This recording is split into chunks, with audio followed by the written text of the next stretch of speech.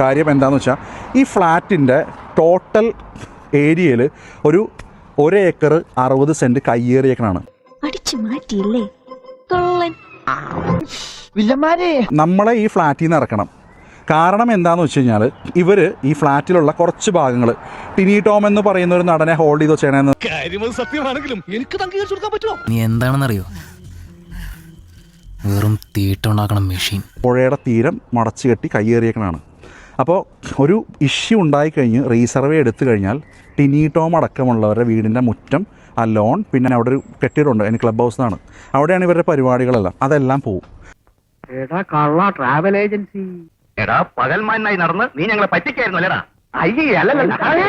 ഇവർക്ക് ഇവനെ പോലുള്ളവരെ ഇങ്ങനെ ഇല്ലെങ്കിൽ സ്ഥലം പോയി കഴിഞ്ഞാൽ ആ ഏരിയയുടെ ആ കോളനിയുടെ ഭംഗി പോയി. ഭീമമായ തുകകളാണ് മെയിൻ്റനൻസ് ചാർജ് എന്നും പറഞ്ഞ് ഓരോ ടെനൻസിൻ്റെ ഇതും വാങ്ങുന്നത്. എന്റെ കയ്യിൽ അവനെ കിട്ടിയേ ഞാൻ അവനെ അരിഞ്ഞ് മുളകിട്ട് അങ്ങനെ തിന്നിടോ. കഷ്ടായി പോയി. വെടി വെച്ച് കൊല്ലണം അതിനെ. ഞാൻ എങ്ങനെയെങ്കിലും കഷ്ടപ്പെട്ടൊരു കുടുംബം ഉണ്ടാക്കാൻ നോക്കിയപ്പോൾ എൻ്റെ ഓണറെ വിളിച്ചിട്ട്, എൻ്റെ ഫാമിലി ഫ്രണ്ട് തന്നെയാണ്, എൻ്റെ ഓണറെ വിളിച്ചിട്ട് അവർക്ക് അവിടെ കൊടുക്കരുത്, ഇരട്ടി വിലയ്ക്ക് ഞങ്ങൾ തരാം, ഇവൻ്റെ സ്ക്രൂയിങ് ആണ്. എന്നെ എങ്ങനെയെങ്കിലും ഒന്ന് രക്ഷിക്കണം. അയ്യോ നോ നോ നോ, അവനവന്റെ കയ്യിലിരിപ്പിന്റെ ഗുണം അവനവൻ തന്നെ അനുഭവിച്ചു തരണം. താൻ നിരന്തരം ചെയ്യുന്ന കർമ്മങ്ങൾ താൻ അനുഭവിച്ചിടുക. അയ്യോ, ഞാൻ അമ്മയുടെ മീറ്റിങ്ങിലായിരുന്നു.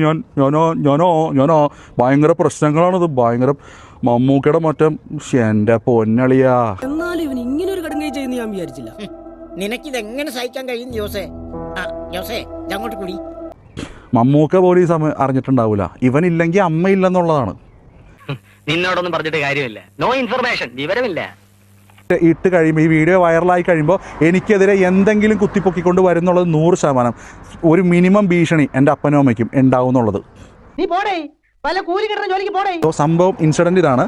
വണ്ടി റേസ് ചെയ്യിച്ച് പോയി, സൗണ്ട് കുറച്ച് ഓടിക്കാൻ പറഞ്ഞു, നമ്മളെ തെറി വിളിച്ചു.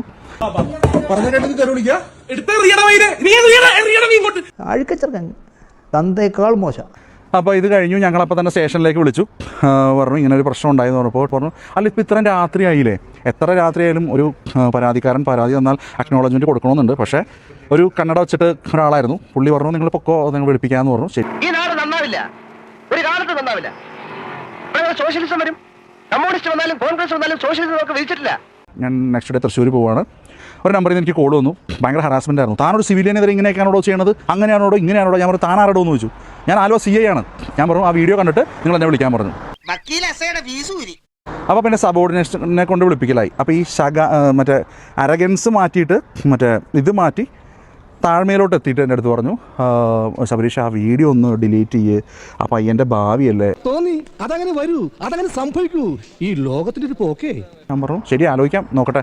ശബരീഷ് എപ്പോഴാണ് വരികയെന്ന് ചോദിച്ചു. ഞാൻ പറഞ്ഞു ഞാൻ വരാമെന്ന് പറഞ്ഞു. ഒരു 4 o'clock ഞങ്ങളവിടെ എത്തി. ഞങ്ങളവിടെ ഇരിക്കുകയാണ്. 5 മണിയായപ്പോൾ പുള്ളി എത്തി. 5 മണിയായപ്പോൾ സിനിമ നടൻ എത്തി. അവന്റെ അമ്മയുടെ വീടിന്റെ തൊട്ടടുത്ത് തന്നെ എന്റെ വീട്. എന്നിട്ട് അവൻ എന്നോട് ഇങ്ങനെ പെരുമാറണേ. പട്ടി ഷോ അകത്തേക്ക് കയറിപ്പോയി. CI എന്തോ കോൺവെർസേഷനിലായിരിക്കാം. കുറച്ച് കഴിയുമ്പോൾ ഒരു സബോർഡിനേറ്റ്സ് വന്ന് വിളിക്കേണ്ട സ്ഥാനത്ത് വന്നേ അകത്തേക്ക് വന്നേ ബാ. അപ്പം ഞാൻ ആലോചിച്ചു, ഞാൻ വൈഫിൻ്റെ അടുത്ത് പറഞ്ഞു ഇവനെ പോലീസിലെടുത്താ. അല്ലെങ്കിൽ പിള്ളേച്ചൻ നുണ പറയുന്നതായിരിക്കും. എൽദോനെ സിനിമയിലെടുത്തെന്ന് പറഞ്ഞ പോലെ ഇവനെ പോലീസിലെടുത്താ. ഞാനവിടെ ഇരുന്നു. ചെന്നിരുന്നപ്പോൾ CI മഞ്ജുദാസോ ശബരീഷ് കഞ്ചാവ് എന്ന് പറയുന്ന വേർഡ് യൂസ് ചെയ്തു. അതുകൊണ്ട് ശബരീഷിൻ്റെ പേരിൽ കേസ് ടിനിച്ചേട്ടന് കൊടുക്കാൻ പറ്റും. ഇതാണ് ഇവിടുത്തെ വ്യവസ്ഥ. We are living in a very cruel society. ഇവിടുത്തെ ക്രമസമാധാന നില ആകെ തകരാറിലായിരിക്കുന്നു. നിപ്പച്ചന് മനസ്സിലായില്ലേ? ഞാനിപ്പോ പോകുന്നു, അതാ നല്ലത്. പക്ഷെ ഞാൻ തിരിച്ചു വരും.